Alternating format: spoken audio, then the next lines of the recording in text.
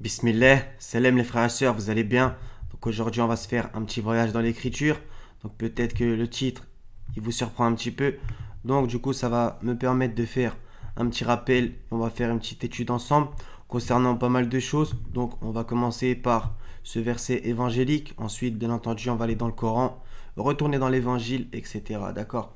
Donc c'est à propos de le destin, on va dire, le décret que des fois les humains ils veulent annuler, donc par plusieurs manières, etc. Donc Luc 19, 38 à 40.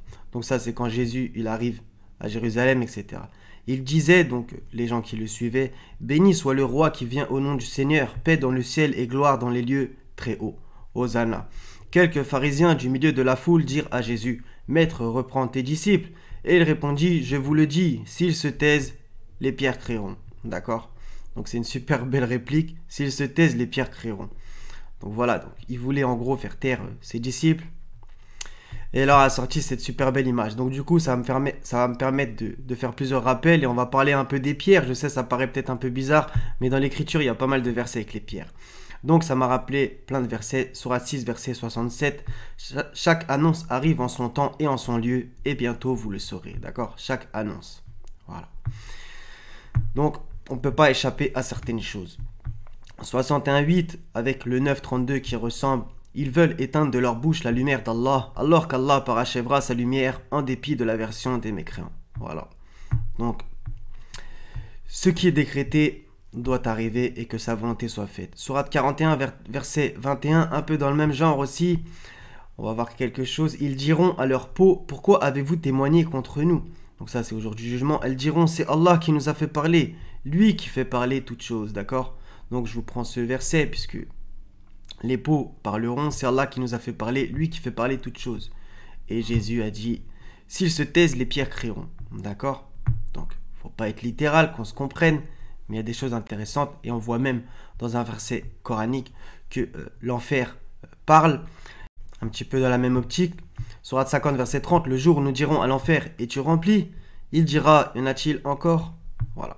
Donc, c'est très intéressant. Et le Seigneur fait parler toutes choses. Sourate 19, verset 46 aussi, un peu dans le même sens, on va voir. Il dit, ô Abraham, aurais-tu du dédain pour mes divinités? Donc ça, c'est le père d'Abraham qui lui dit ça. Si tu ne cesses pas, certes, je te lapiderai. Éloigne-toi de moi pour bien longtemps. Donc là, c'est la notion de vouloir aussi annuler le décret, le destin d'Abraham, et parce qu'il n'était pas d'accord avec lui, et donc menace de le tuer, de le lapider. D'accord? On va voir que ça revient plusieurs fois. Et subliminalement, c'est un petit peu ce qu'ils avaient dit les pharisiens à Jésus en lui disant la petite phrase Maître, reprends tes disciples. Et on voit que tout au long de l'évangile, ils cherchaient à le tuer. D'accord? Donc, c'est évident. D'accord? Sourate 26, verset 116, ils dirent donc si tu ne cesses pas, Noé, tu seras certainement du nombre des lapidés. D'accord? Donc, encore son peuple, voilà comment il lui parlait, etc.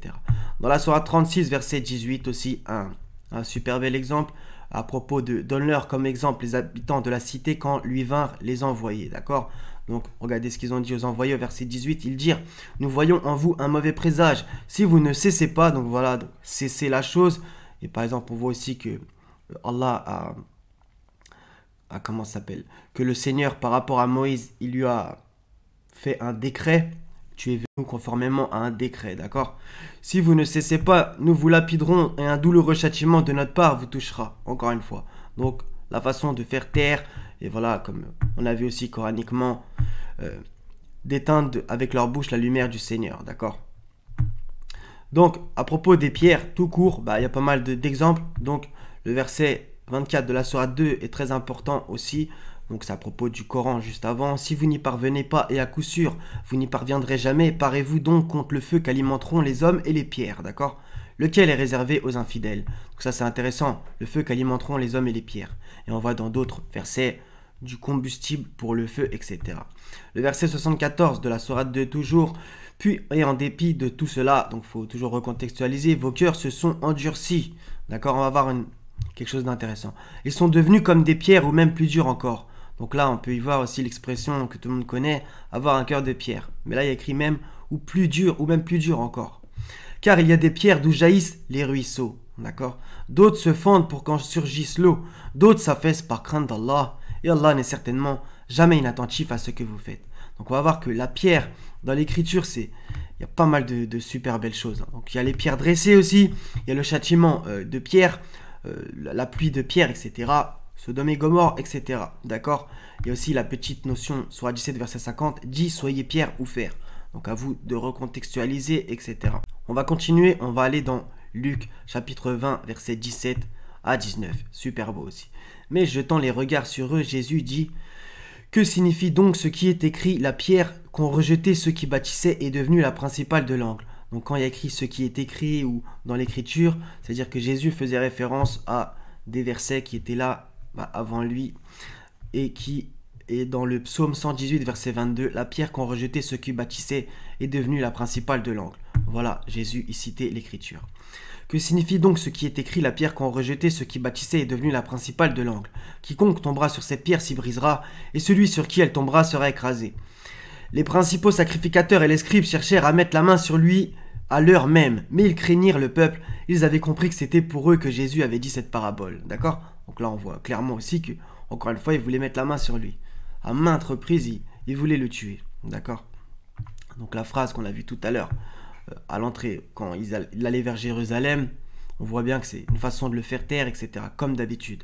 Donc c'est super beau, l'histoire de la pierre qui est rejetée. Donc cette pierre qui est rejetée, c'est Jésus, bien entendu, dans son époque contemporaine. On pourra aller plus loin. Donc après, il y a pas mal de choses. Donc à propos de Simon qui a été appelé Pierre, donc je vous trouve le verset, le premier, voici le nom des 12 apôtres. Le premier, Simon, appelé Pierre, d'accord? On va même un peu regarder les mots, d'accord? Donc il s'appelait Simon, ensuite il a été appelé Pierre, plus loin, on va le voir, d'accord?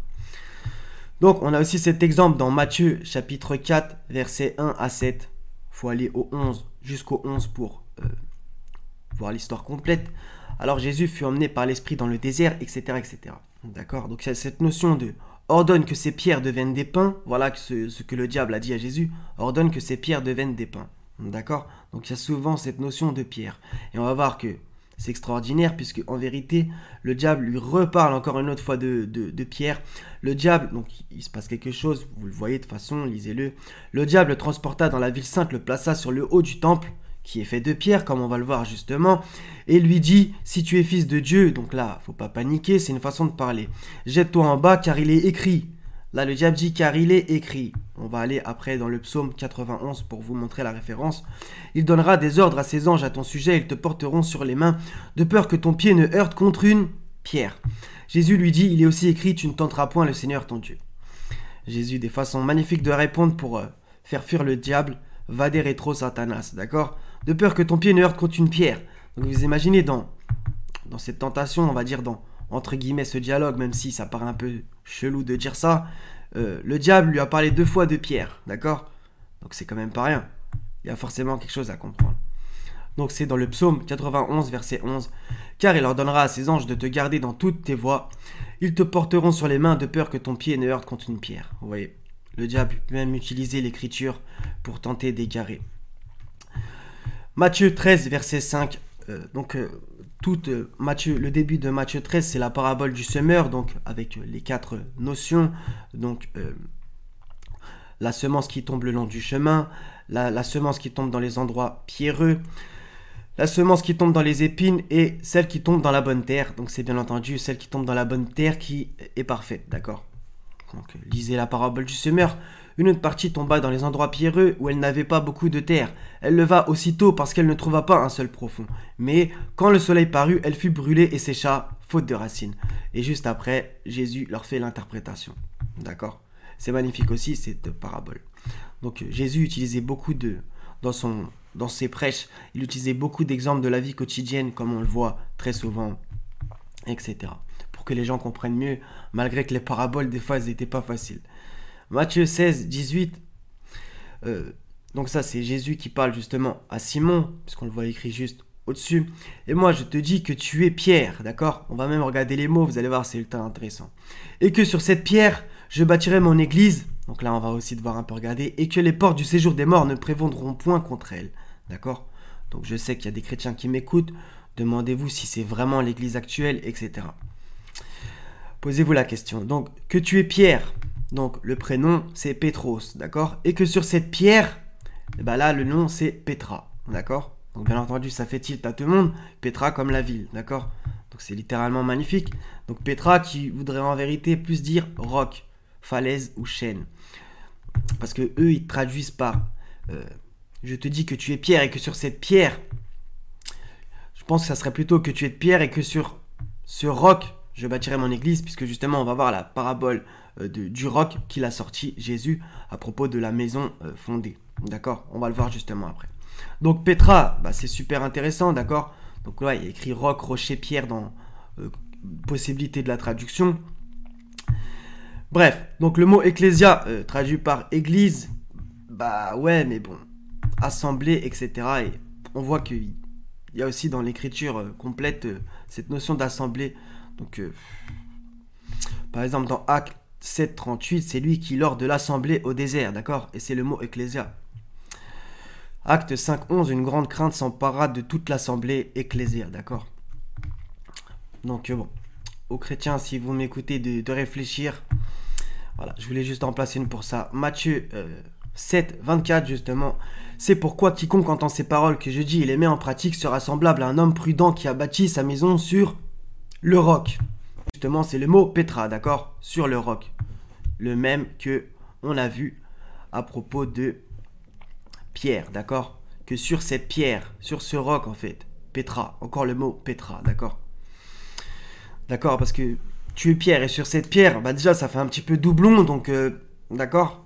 Tu es Pierre et sur ce roc, ça serait mieux. Et justement dans cette parabole, donc construire sa maison, bâtir sa maison sur le roc.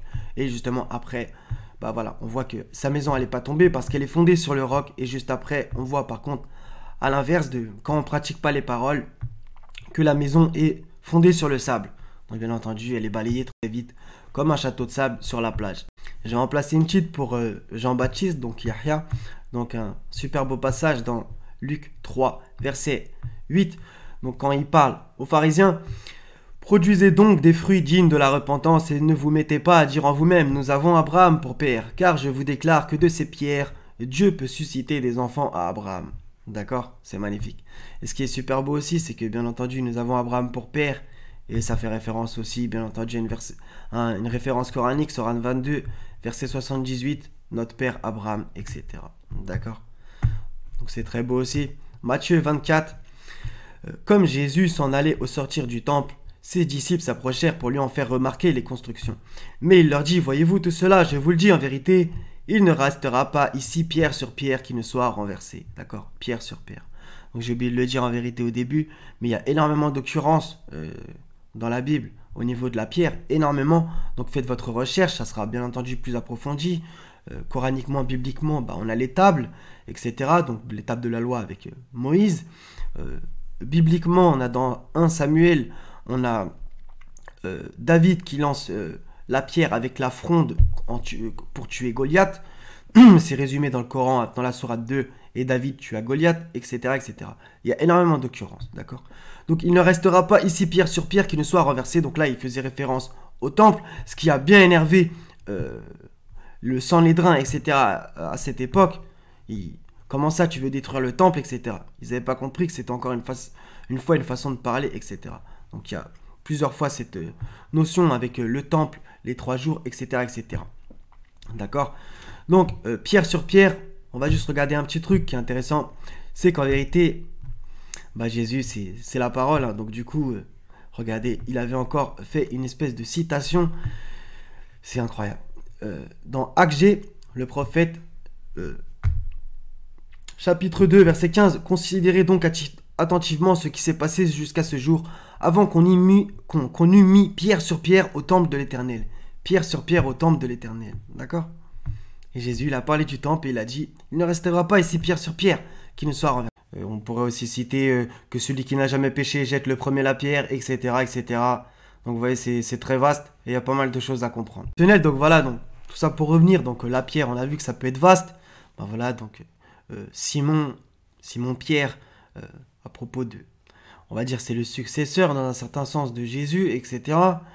On a vu que coraniquement, les pierres, ça peut être symbolisme de châtiment, etc.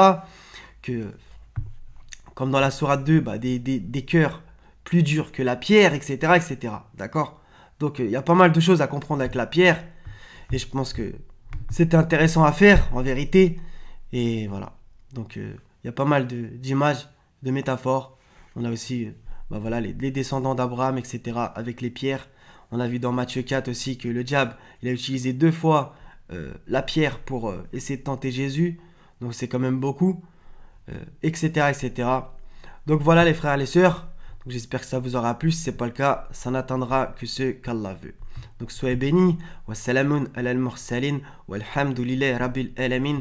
La ilaha illa hu al-hazizul hakim. Paix sur vous tous. À la prochaine, Inch'Allah. Salam.